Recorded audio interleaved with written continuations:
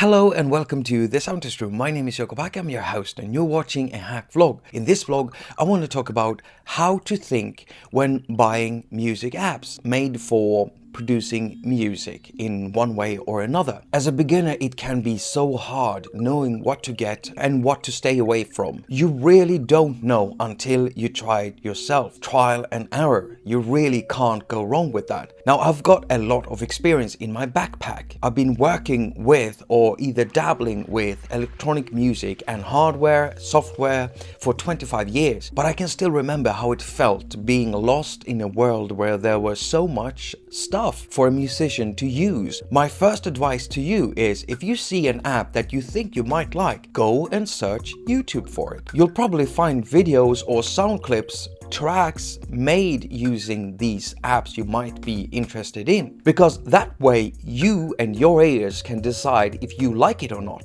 The next thing is the interface, and you can only know if you like that or not if you try it a lot.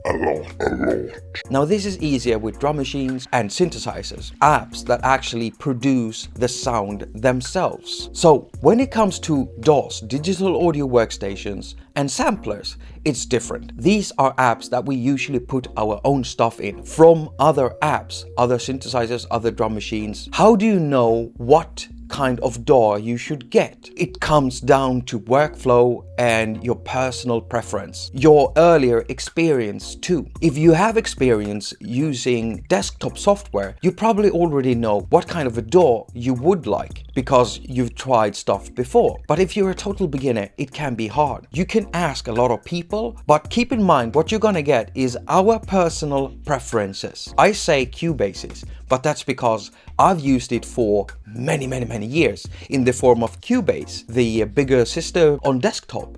And when I found it on iOS, I naturally went for it. You've got Beatmaker, you've got Aurea, multi-track DAW, you've even got Fruity Loops on there. Cubase's. You might not want to spend money on stuff that you might not want. Sometimes you just have to take a leap.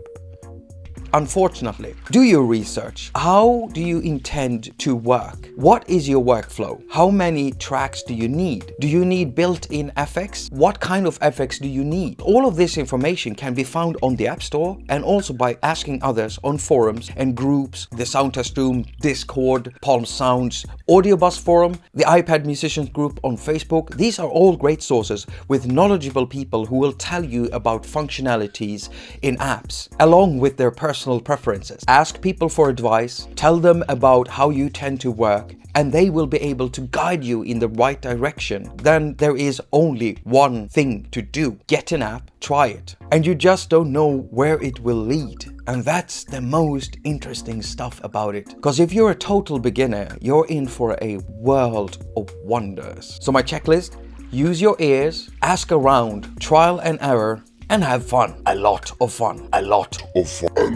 As usual, Doug Woods, Colin Sweeney, and me, Jakob, at thesoundtestroom.com, which is you. A very productive week. Now go finger your surfaces and have a lot of fun doing it.